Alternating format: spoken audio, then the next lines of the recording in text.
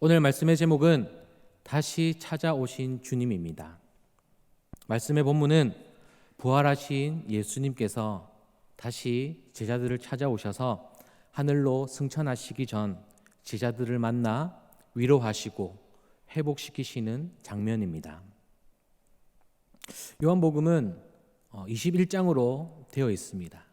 그런데 요한복음 20장을 보게 되면 요한복음이 꼭 21장까지 있을 필요가 없겠다라는 생각이 들 정도로 요한복음 20장의 마지막 절을 보면 이렇게 끝나도 되겠다라는 생각을 가지게 됩니다. 우리 요한복음 20장 30절에서 31절까지 말씀 우리 함께 합독하시겠습니다. 30절입니다. 예수께서 제자들 앞에서 이 책에 기록되지 아니한 다른 표적도 많이 행하셨으나 오직 이것을 기록함은 너희로 예수께서 하나님의 아들 그리스도이심을 믿게 하려 함이요 또 너희로 믿고 그 이름을 힘입어 생명을 얻게 하려 함이니라. 아멘. 이렇게 끝나도 어색하지가 않습니다. 그러면 요한복음의 저자인 요한은 요한복음 21장을 통해서 우리에게 전달하고자 하는 것이 무엇일까요? 21장은 제자들이 복음 전파 사역을 하기 바로 전 다시 한번 예수님을 만나 또 사역을 시작하는 장면입니다. 본격적인 제자들의 사역은 바로 예수님이 하늘로 승천하신 이후에 시작이 됩니다. 그러나 아직 제자들은 자신의 목숨보다 예수님을 더 사랑하지 못하였습니다. 그래서 20장과 21장에 예수님께서는 총 3번에 걸쳐서 다시 제자들 앞에 나타나셔서 그들이 예수님의 사역을 대신 이어갈 수 있게끔 제자들을 세우시는 장면입니다. 바로 제자들을 자신의 목숨보다 주님을 더 사랑하는 자로 확정시키기 위한 예수님의 사랑이라 할 수 있습니다. 그런데 우리가 함께 읽었던 21장은 두 가지의 해석으로 나뉘게 됩니다. 첫 번째 해석은 제자들이 예수님께서 십자가에 달려 돌아가신 이후에 낙심되어서 또 두려워서 자신의 예전 모습으로 돌아갔다라는 해석입니다. 또 두 번째 해석은 본격적인 복음 전파 사역을 하기 전에 먹을 것을 찾기 위해서 물고기를 잡으러 갔다가 예수님을 만났다고 합니다. 여러분들은 어떻게 알고 계시고 오늘 함께 읽었던 21장의 전반절의 이 이야기를 보니까 어떤 해석이 더 맞는 것 같습니까? 이 이해를 하기 위해서는 20장을 근거해서 보면 됩니다. 제자들은 부활하신 예수님을 20장에서 2번씩이나 만나게 됩니다. 그리고 부활하신 예수님을 만난 이후에 며칠이 안 되었는데도 낙심하여서 예수님을 따르는 것을 포기했다라고 볼 수는 없는 것이죠. 그러니까 그저 물고기를 잡아서 생활비를 마련하거나 그냥 먹으려고 물고기를 잡으러 나갔던 것이었습니다. 그리고 예수님께서 갈릴리에 먼저 가서 너희들을 기다리겠다고 하셔서 갈릴리로 간 거기 때문에 그 근처에 갈릴리 호수가 있었기 때문에 거기에서 물고기를 잡은 것이라 할 수 있습니다. 우리가 함께 읽었던 21장은 제자를 사도로 변화시키는 예수님의 가르침의 장면입니다. 제자들의 사역이 본격적으로 시작되기 바로 직전의 모습입니다. 오늘 본문 말씀을 한 절 한 절씩 보면서 그 속에 담겨져 있는 의미를 찾아보면서 예수님의 사랑을 느끼며 깨닫는 시간이 되시기를 주님의 이름으로 축복합니다. 1절입니다. 그 후에 예수께서 디베랴 호수에서 또 제자들에게 자기를 나타내셨으니 나타내신 일은 이러하니라 라고 1절에 제자들과 예수님께서 어디에서 만나게 되었는지를 설명해 줍니다. 그 배경은 디베랴라는 호수입니다. 로마 황제 티베리우스의 이름을 따서 그 호수의 이름을 디베랴라고 지었는데, 이 호수는 우리가 잘 알고 있는 갈릴리 호수입니다. 그리고 누가복음 5장에는 게네사렛이라고 그 호수를 불리기도 합니다. 제자들이 갈릴리 호수로 온 이유는 예수님이 갈릴리로 가라고 마태복음 28장 16절에 말씀해 주셨기 때문입니다. 그런데 여기서 요한복음을 조금 전체적으로 보게 되면 요한복음은 예수님의 유다 땅에서 있었던 일들을 집중적으로 기록하였습니다. 그리고 공간복음, 마태복음, 마가복음, 누가복음 같은 경우에는 대부분 갈릴리나 유다 땅으로 하기도 했지만, 이렇게 요한복음처럼 유다 땅에 있었던 일을 집중적으로 설명하는 복음서는 요한복음입니다. 하지만 요한복음의 마지막 부분인 21장에서는 이전과 다르게 갈릴리에서 일어난 사건을 기록하고 있습니다. 여러분, 갈릴리 호수는 어떤 곳입니까? 베드로에게는 어떤 곳입니까? 베드로를 비롯한 제자 몇 명이 처음 예수님을 만났던 곳입니다. 특히 베드로는 자신의 장모의 열병을 고치신 후에 그물을 깃고 있는 베드로에게 사람을 낚는 어부가 되겠다라고 하시면서 베드로를 부르십니다. 그 부르심에 모든 것을 내려놓고 베드로는 예수님을 따랐던 장소가 바로 갈릴리 호수였습니다. 처음 예수님을 만나 결단했던 그 자리에서 다시 예수님을 만남으로 예수님과의 추억을 생각하게 하시고 제자들을 다시 한번 세워주십니다. 사랑하는 여러분, 우리에게도 이런 추억이 있지 않습니까? 예수님과의 아름다운 추억이 있지 않습니까? 처음 우리에게 주셨던 그 감격, 나의 눈물의 기도에 응답해 주셨던 그 사랑, 죽을 수밖에 없는 죄인인 나를 십자가에 달려 죽으신 그 예수님의 희생이 우리에게 있으며 그 감격이 우리에게 있는 줄 믿습니다. 그리고 이어지는 2절에서는 그곳에 어떤 제자들이 함께 있었는지를 구체적이고 자세하게 설명합니다. 2절입니다. 시몬 베드로와 디두모라 하는 도마와 갈릴리 가나 사람 나다나엘과 세베대의 아들들과 또 다른 제자 둘이 함께 있더니. 아멘. 여기서 세베대의 아들들은 야고보와 요한을 가리킵니다. 여기서 특이한 것은 복음서 어디에도 이렇게 제자들의 이름이 많이 열거된 곳은 이곳이 유일하다는 것이죠. 기껏 해봐야 3명 정도의 제자들의 이름이 나오지만 이렇게 그 지역까지 나오는 것은 또 다른 의미가 있습니다. 그 의미는 무엇이냐면 바로 이 사건이 사실이고 그리고 중요한 사건이다라는 것을 보충해 설명합니다. 그리고 제자들의 이름이 나열된 순서 중에 우리가 잘 보지 못했던 낯선 이름이 나와 있는데 그 제자는 도마입니다. 도마를 설명하는 디두모라는 단어는 쌍둥이라는 뜻을 가지고 있습니다. 도마는 마태, 마가, 누가복음에서는 잘 나오지 않는 이름입니다. 하지만 오늘 본문 2절에서는 베드로 다음으로 두 번째에 그 이름이 나옵니다. 도마의 이름이 구체적으로 나온 것은 예수님이 부활하신 후 제자들과 만나셨던 첫 번째, 두 번째 그 만남에서 도마의 이야기가 중심이 됩니다. 첫 번째 부활 때에 예수님을 만나지 못한 도마의 이야기가 요한복음 20장 25절에 나옵니다. 자막을 띄워주시고요. 네, 우리 함께 읽도록 하겠습니다. 시작. 다른 제자들이 그에게 이르되 우리가 주를 보았노라 하니 도마가 이르되 내가 그의 손에 못자국을 보며 내 손가락을 그 못자국에 넣으며 내 손을 그 옆구리에 넣어보지 않고는 믿지 아니하겠노라 하니라. 아멘. 이 단락의 주제는 의심하는 도마입니다. 그러니까 첫 번째로 다른 제자들은 부활하신 예수님을 만났지만 만나지 못했기 때문에 도마는 그 예수님의 못자국과 옆구리에 난 그 자국에 손을 넣어 보아야지만 예수님께서 살아나셨다라고 믿을 수 있겠다라고 이야기를 합니다.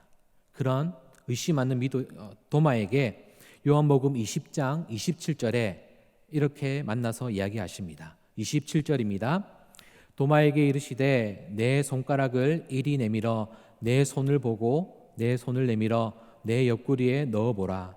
그리하여 믿음 없는 자가 되지 말고 믿는 자가 되라. 아멘. 아멘. 이후 도마는 의심하는 도마가 아닌 복음 전파를 지금의 유럽 지역뿐만이 아니라 인도 선교를 통해 많은 곳에 교회를 세우고 그가 복음 전파에 열심을 다했다는 흔적들이 아직도 그 인도 땅에 남겨져 있는 것을 볼 수가 있습니다. 3절에 보면 시몬 베드로가 나는 물고기 잡으러 가노라 하니 그들이 우리도 함께 가겠다 하고 나가서 배에 올랐으나 그날 밤에 아무것도 잡지 못하였더니 지금 제자들은 물고기를 잡으러 갔다가 어떻게 되었습니까? 네, 한 마리도 잡지 못했습니다. 밤새도록 그물을 던지고 그물을 거두었지만 물고기 한 마리 잡지 못하였습니다. 여러분, 베드로는 어부였습니다. 예수님과 함께하는 그 3년 동안 어부 생활을 하지 못해서 감히 잃었다라고 생각할 수도 있겠지만 평생을 어부로 생활했던 베드로에게 밤새 물고기를 잡지 못했던 것은 아주 치욕적이었습니다. 기분이 언짢았을 수 있을 거고요. 그 노력이 얼마나 허무했을까요? 그렇게 낙심하고 있는 제자들에게 주님께서 나타나셔서 은혜를 베풀어 주십니다. 여기서 우리는 낙심하고 좌절할 때에 사랑으로 위로해 주시는 주님을 만나게 됩니다. 예수님과 제자들의 만나는 장면은 4절에서부터 나옵니다. 4절에 보면 날이 새어갈 때에 예수께서 바닷가에 서셨으나 제자들이 예수인 줄 알지 못하는지라.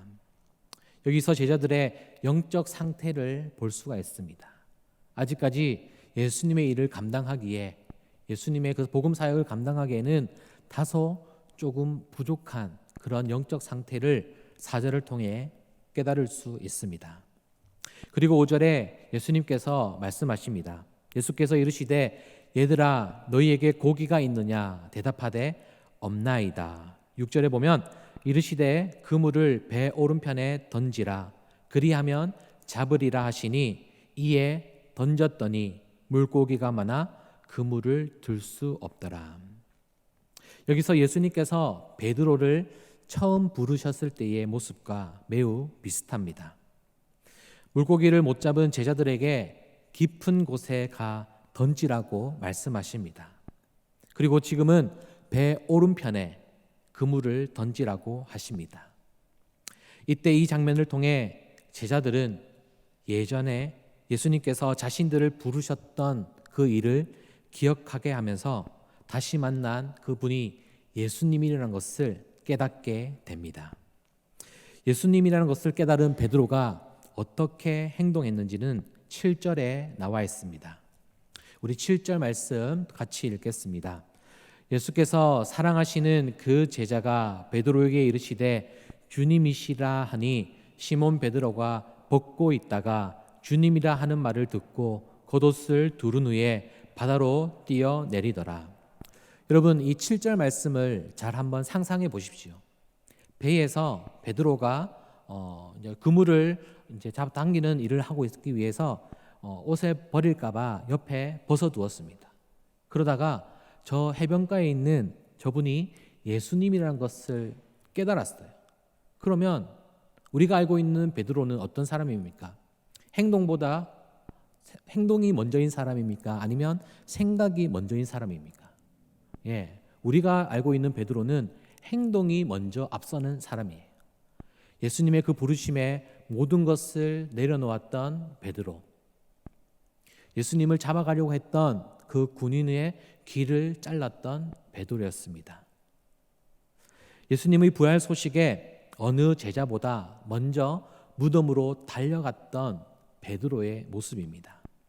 하지만 7절에 나와 있는 베드로의 모습은 뭔가 어색하기도 하고 이해가 안 됩니다.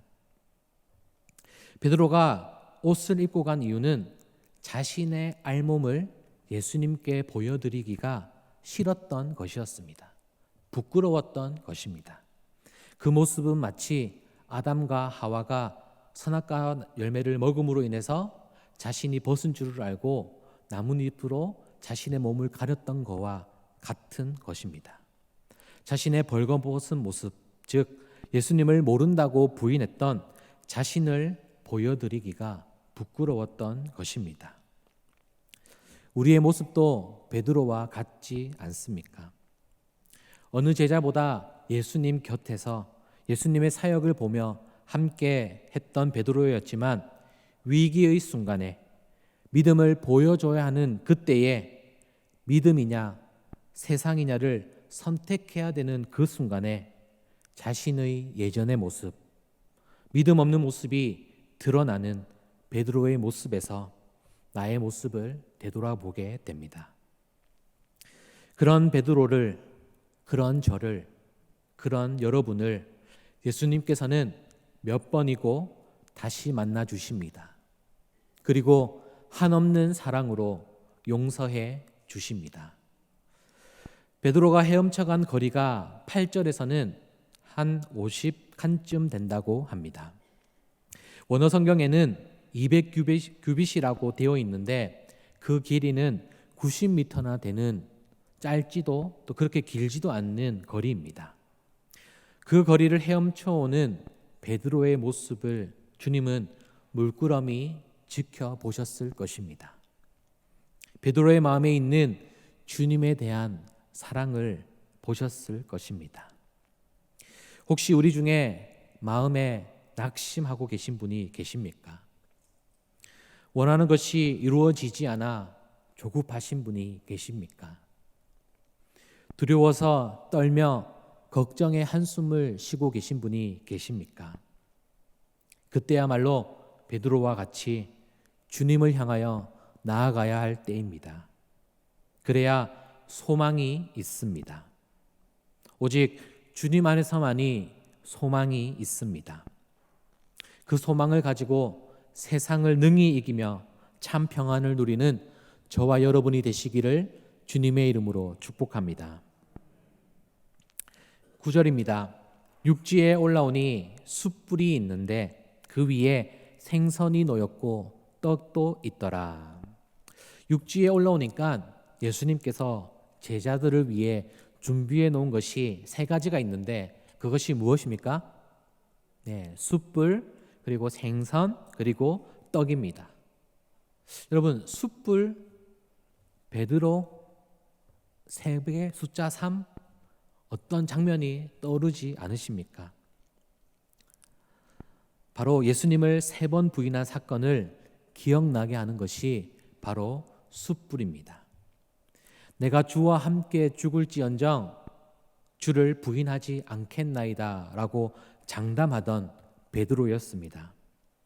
하지만 잡히시던 예수님을 따라 대제사장 집에 들어갔다가 주변 사람들의 추궁과 질문에 겁에 질린 베드로는 주님을 모른다고 3번이나 부인합니다.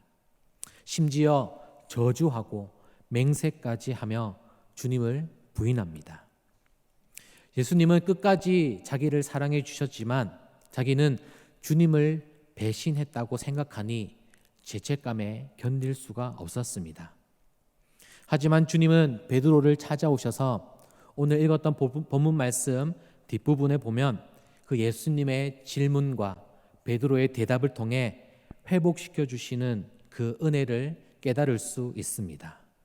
그 회복을 통하여서 제자 베드로가 아닌 사도 베드로서 많은 일들을 감당하며 예수님이 이후에 그 예수님이 하셨던 일들을 잘 감당해내는 그런 사도로 변화시켜 주셨습니다. 10절에 예수님께서 잡은 생선을 좀 가져오라고 하십니다. 그랬더니 11절에 그 물고기가 얼마나 잡혔다라고 되어 있습니까? 11절에 보니까 153마리가 잡혔다라고 되어 있습니다. 우리가 잘 사용하는 모나미 볼펜 옆에 새겨져 있는 그 153의 숫자의 의미가 바로 이 본문의 말씀입니다. 그럼 이 153, 153의 숫자의 의미는 어떤 의미일까요? 많은 신학자들이 많은 의견을 내고 있지만 첫 번째로는 그 당시의 전 세계의 나라의 숫자가 153나라였다라는 것을 의미합니다. 즉 온 나라를 구원해야 된다라는 의미를 가지고 있다고 합니다. 그리고 그냥 많다라는 의미를 두기 위해서 그냥 숫자 153이라고 적었다라고 하는 신학자들도 있습니다. 그 중에 가장 설득력 있는 의미는 그 당시에 물고기의 종류의 숫자를 153가지로 정의했다고 합니다. 예수님 당시에 생선의 종류가 153종류가 있었다는 것이죠. 그래서 그 온 인류를 나타내기 위한 숫자가 153이라는 것입니다. 바로 주님의 말씀에 순종하면 온 인류를 복음으로 구원할 수 있으니 오직 그 말씀에 순종하여서 예수님의 사역을 대신해서 잘 감당하라는 의미를 담고 있습니다. 여러분, 예수님은 어떤 분이십니까? 과거의 실수를 묻지 않으십니다. 바로 과거의 사랑을 사랑으로 덮어주시는 그런 크신 분이십니다. 그 사랑으로 회복된 베드로는 얼마나 큰 일을 감당하였는지 우리는 신약 성경의 곳곳을 통하여서 깨달을 수가 있는 것입니다. 그 후 예수님께서는 제자들과 함께 아침 식사를 하시며 제자들과 함께 하십니다. 우리 오늘 본문 말씀 12절과 13절 말씀 함께 읽겠습니다. 예수께서 이르시되 와서 조반을 먹으라 하시니 제자들이 예수이신 줄 아는 고로 당신이 누구냐 감히 묻는 자가 없더라. 예수께서 가셔서 떡을 가져다가 그들에게 주시고 생선도 그와 같이 하시니라. 아멘. 제자들과 함께 아침을 먹으시는 예수님의 모습을 볼 수 있습니다. 예수님은 늘 제자들과 함께 하셨습니다. 먹고 마시고 또 심지어 기도할 때에도 제자들과 함께 하셨습니다. 이것이 바로 예수님의 리더십 중에 본을 보여주는 리더십이라 할 수 있습니다. 리더십에는 두 가지 종류가 있습니다. 목표를 향하여서 구성원들을 채찍질하며 이끄는 리더십이 있고 직접 굳은 일까지 맡아 하면서 많은 구성원들에게 본이 되어주는 리더십이 있습니다. 예수님의 리더십은 어떤 것일까요? 후자에 말씀드렸던 바로 본을 보여주시는 리더십이라 할 수 있습니다. 그 본이 어디까지 보여주셨냐? 자신의 생명까지도 죄인인 우리를 구원하시기 위해 기꺼이 내어주셨던 그 본의 모습을 우리는 본받아야 할 것입니다. 정말 예수님처럼 십자가에 달려 죽으란 말이 아니라 죽기까지 예수님을 사랑하고 죽기까지 그 말씀에 순종하고 그 핏값으로 세우신 교회를 사랑하는 것이 예수님의 그 희생에 갚아줄 수 있는 우리의 노력이라 헌신이라 할 수 있습니다. 그리고 그 먹으실 때에 제자들과 함께 아침을 드실 때에 나오는 반찬의 종류가 있는데 바로 떡과 생선입니다. 이것은 또 어떤 것을 의미하냐면 오병이어 사건을 나타냅니다. 오병이어 사건은 사복음서에 모두 나와 있는 사건 중에 유일한 사건입니다. 그 의미는 제자들이 예수님을 떠올렸을 때에 예수님과 함께 했던 그 시간을 떠올렸을 때에 가장 충격적이고 가장 은혜됐던 사건이 바로 오병이어 사건이었던 것입니다. 그 사건을 통하여서 하나님이 주시는 떡과 그리고 생선, 그것이 중요한 것이 아니라 영적인 채움, 영적인 갈급함을 예수님께서 채워주시면 그 예수님의 사역을 제자들이 충분히 함께 예수님과 할 수 있는 것을 의미하고 있는 것입니다. 이 장면이 바로 예수님이 세 번째로 제자들에게 나타나신 모습입니다.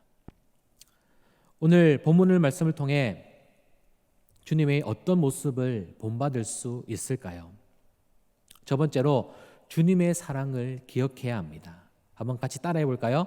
주님의 사랑을 기억해야 합니다. 제자 베드로는 제자로서 내려갈 수 있는 가장 밑바닥까지 떨어지고 말았습니다. 그래도 주님은 베드로의 지금 모습, 상한 모습, 자신을 스승을 3번이나 부인했던 그 모습을 보지 않으시고 그 상한 마음을 회복시키셨을 때에 어떻게 변화될지를 아셨던 것이었죠. 그래서 베드로가 21장에 그 베드로의 그 회복시키는 사건을 나타내심으로써 하나님께서는 베드로가 그 이후에 회복된 이후에 복음 전파에 큰 역할을 감당할 거라는 것을 믿고 그에게 소망을 허락하신 것입니다. 그 가능성이 바로 베드로를 회복시킨 것입니다. 불의한 제자에게 주님께서 보여주신 그 끈질긴 사랑을 우리는 항상 기억해야 합니다. 여러분, 오늘 살아가실 때에 믿음 있는 자의 모습이었습니까? 아니면 때때로 믿음 없는 세상적인 사람과 닮은 모습이었습니까? 그럴 때에 우리의 옆에서 돌아오라고, 내가 너희를 회복시키겠다라고 말씀하고 계시는 그 하나님의 음성에 귀 기울여서 회복하는 은혜가 있기를 주님의 이름으로 축복합니다. 두 번째로 본받을 모습은 주님의 사랑을 보여주어야 합니다. 따라하겠습니다. 주님의 사랑을 보여주어야 합니다. 내게 잘못한 사람들이 너무나도 많습니다. 내 마음에 불편한 사람들이 너무나도 많이 있습니다. 하지만 우리는 사랑을 받은 자로서 그들에게 똑같이 불편함으로 어떤 가격으로 그 사람들에게 똑같이 그것을 돌려주는 것이 아니라 나를 통하여서 비록 공격적인 어떤 데미지가 오더라도 그것을 사랑으로 돌려보낼 수 있는 통로가 되어야 되는 것이죠. 이것이 우리 그리스도인들이 세상에서 살아가야 되는 그런 마음가짐과 가치관이라 할 수 있습니다. 우리의 가치관은 세상의 것과 다릅니다. 많은 것, 높은 것, 또 보기 좋은 것, 그것에 우리의 마음을 쏟는 것이 아니라 바로 하늘에 우리의 소망이 있는 줄 믿습니다. 사람을 변화시키는 것은 법이나 규율이나 규칙이 아닙니다. 그리고 그것을 어겼을 때에 체벌하는 것이 사람을 변화시킬 수 없는 것을 우리는 너무나도 잘 알 수 있습니다. 그러면 사람을 변화시키는 것은 무엇일까요? 오늘 베드로를 변화시켰던, 제자들을 다시 한번 세워주셨던 것은 바로 예수님의 사랑이었던 것이죠. 우리 울산제일교회가 이런 사랑이 차고 넘치는 교회가 되었으면 좋겠습니다. 아니, 그런 교회입니다. 아멘. 그런 사랑으로서 내가 받은 예수님의 그 사랑을 가지고 옆에 있는 성도를 세우며 구역을 돌아보며 또 낙심되어 있는 사람이 있지는 않는지, 물질적으로 도움이 필요한 사람이 있지는 않는지를 주위를 잘 살펴서 우리 교회가 그 사랑으로 건강해지는 교회가 되기를 주님의 이름으로 축복합니다. 세 번째로 오늘 본문을 통해 주님께서 우리에게 주시는 음성은 주님의 뜻에 순종해야 합니다. 따라하겠습니다. 주님의 뜻에 순종해야 합니다. 주님의 말씀에 순종하려면 먼저 주님의 음성을 들어야 합니다. 그러면 우리가 어디에 있어야 될까요? 지금 8시간이 넘어가고 있는 시각에 노래방에 있으면 주님의 음성을 들을 수 있을까요? 아닙니다. 아마 탬버린 소리나 음주 가무를 즐기는 그런 소리를 들었을 겁니다. 하지만 우리는 믿음이 있는 자로서 이 수요일 이 시간에 예배의 자리에 나왔기 때문에 주님의 음성을 들을 수가 있는 겁니다.